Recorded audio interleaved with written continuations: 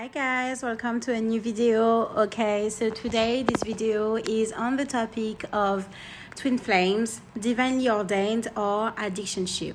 Okay, so if it's your first video of me, welcome. So this channel is mainly focused on calling out the new age, calling out also the twin flame deception in terms of the relationships that they are, also calling out the lies of the twin flame relationships. Okay, so the first point that I want to make today is regarding the love bombing and the concept of intermittent reinforcement.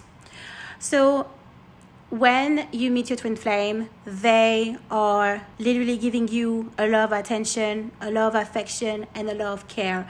You are literally on cloud nine, okay? And these behaviors could be definitely compared, and also really these behaviors are very similar to the behavior of a narcissist at the beginning of a relationship. They love bomb you, they literally put you on a pedestal, you feel incredible, and obviously from one day to another the narcissist discards you and you are left confused because they build you up to kind of watch you fall. And I think that this is definitely what's happening within the twin flame relationships. One other thing that I want to discuss about is the intermittent reinforcement, which is a technique in operant conditioning in psychology that consists of providing rewards only occasionally instead of each time the desired behavior takes place. Okay, within a twin flame relationship, your counterpart would probably initially always text you every morning and every evening after work and things like that, and then he would abruptly stop, okay, and just do it once every other days, okay, in a very inconsistent manner. All right, so it's a form of intermittent reinforcement because their behaviors are not consistent, and as they were like showering you with a lot of attention and love, you are kind of always seeking the same level of attention and love that they were giving you during the love bombing. However, they have stopped doing that. So you form in some way an addiction to receiving the attention, the love of the counterpart, okay? So basically, the counterpart is going to create intervals with a lot of love, a lot of care, a lot of attention, and then they are going to withhold that, okay? They're going to withhold all of this. They're going to stop texting you, caring about you, giving you attention, and then they're going to do that more inconsistently, so through breadcrumbs of attention. And I think these things really emphasize on how much these relationships with the twin flame runner are extremely toxic and actually rooted in narcissism and toxic behaviors.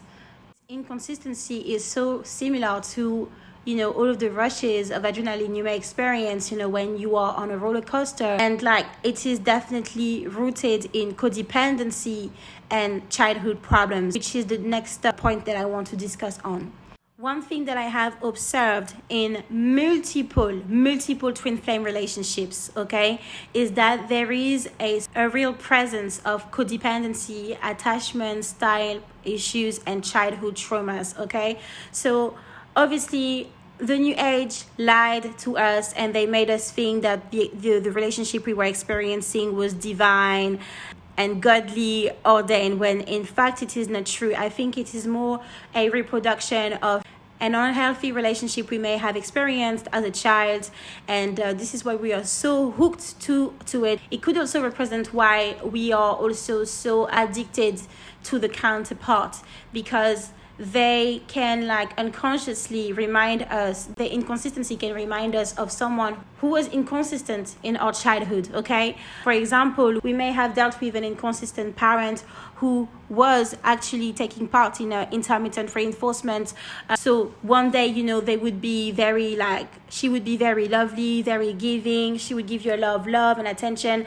And the next day, she would ignore you, be mean, be very cold. And this inconsistency really kind of kept you hooked, and it created a very unhealthy, maybe balance within the the relationship that you've had with your parents. And like this causes also the fact that we may grow up thinking that love is something that has to be chased, that love is something that has to be earned. You understand? Obviously, when you deal with all of this inconsistent love from your parents, which is the opposite of unconditional love, they don't give you like consistent attention, love, and it's more like a conditional thing and things like that. You may grow up thinking that you have to perform, you have to do certain things in order to have their love. You feel like love is something that has to be earned. So that's what I mean by that.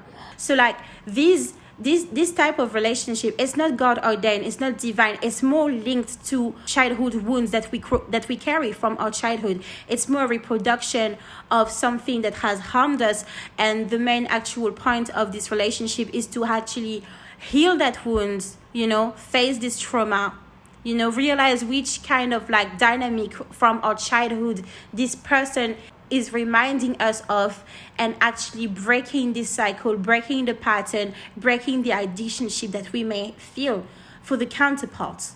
Okay, and obviously this involves really facing ourselves, facing our wounds, and really taking the time to heal and to understand what's happening. I think I definitely encourage you people to also seek therapy, okay? Because when I started to heal, I looked at myself. I used to journal a lot. I used to also, make a lot of voice recording when I was suffering, when I was dealing with this very painful separation from the twin flame.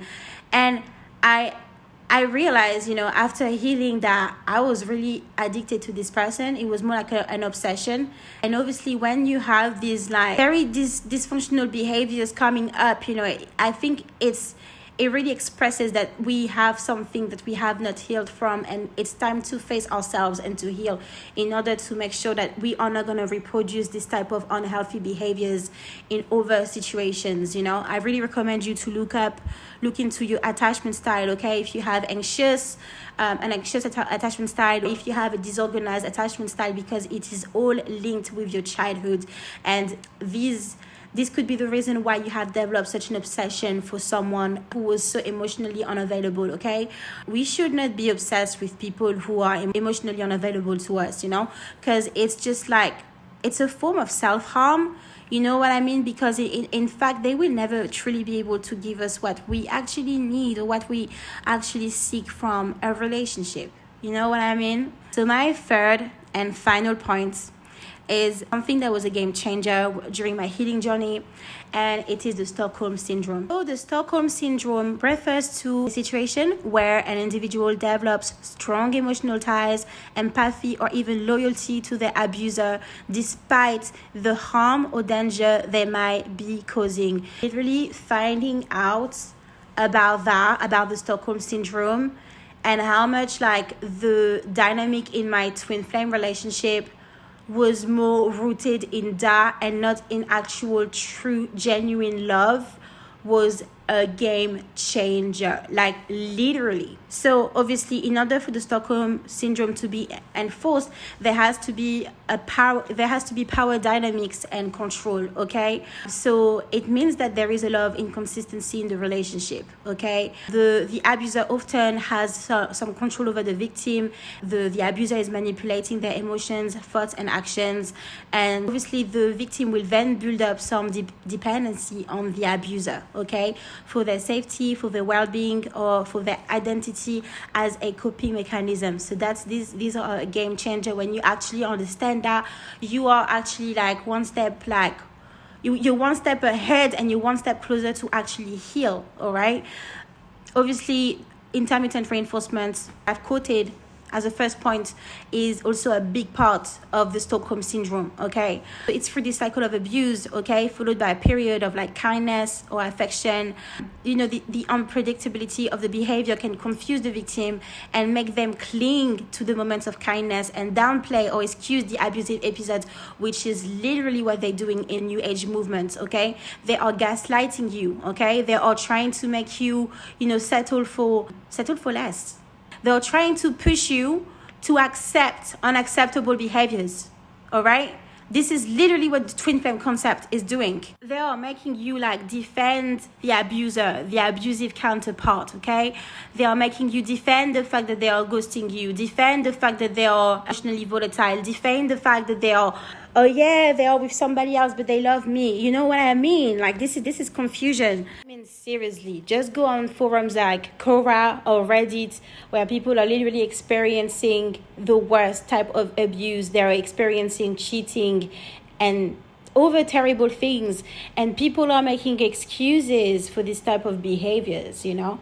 Like that's disturbing. That is literally scary, you know?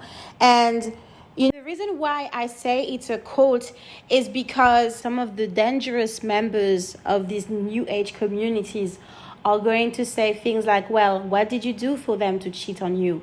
What is it reflecting about you? You know, all of these mind tormenting things, these mind tormenting doctrines that are so unhealthy. It literally makes me feel sick, you know. They are literally abusing the fact that some people are very hungry for love because they haven't received it from their parents, and they are weaponizing that against you. I mean, it's seriously time to wake up, okay? It's literally time to wake up. It's literally time to take care of our inner child, all right? Because our inner child would have never settled, would have never wanted us to settle for somebody who would cheat on us, somebody who would treat us like garbage, someone who would come and then leave, it's important for us as human beings to have a clear idea of what is okay and what is not okay. All right. And when we are experiencing abuse from somebody, we shouldn't provide them with positive rewards. Okay. We shouldn't be rewarding them for their bad actions. Okay. I don't know if you've seen my previous video, but I expressed how my twin flame tried to come back into my life, move it back into my life. And, you know, one thing that they make you believe, okay, in the twin flame concept is that, oh, it's a reunion. Oh, your counterpart is back and you should like welcome them with open arms. That's freaking bullshit. Do not do that. Do not do that. You're literally opening yourself for abuse, for even more abuse. Okay? These people are treating you as a convenience store. We need to stand up. We need to also learn how to develop some self-love, because this is so unhealthy. This cycle of abuse is causing so much physical and psychological symptoms, such as, you know, anxiety, depression, self-harm. You know, like this is so unhealthy, guys. That is so unhealthy, okay? So if you watched up until now, I'm so grateful. Thank you so much. And my conclusion, okay, because obviously the main question in today's video was divine relationship or addictionship, and my answer is that the twin flame relationship is an addictionship. Okay, it is not rooted in love, but more on addiction, more on codependency, more on childhood trauma. And the new age is actually feeding all of these things. They are feeding off of your childhood trauma, providing you with a band-aid, encouraging you to take part in tarot reading, welcoming more demons, taking part in the occult. But these are not gonna actually solve the core issue of your problems. Okay, so I really hope that this video opened your eyes. So these are the latest realization that I've had, okay, after the coming back of my that so-called twin flame. Okay, I've really like understood so much. And stand firm, guys. Okay, keep God first in your life and take care of you. Love you. Bye bye.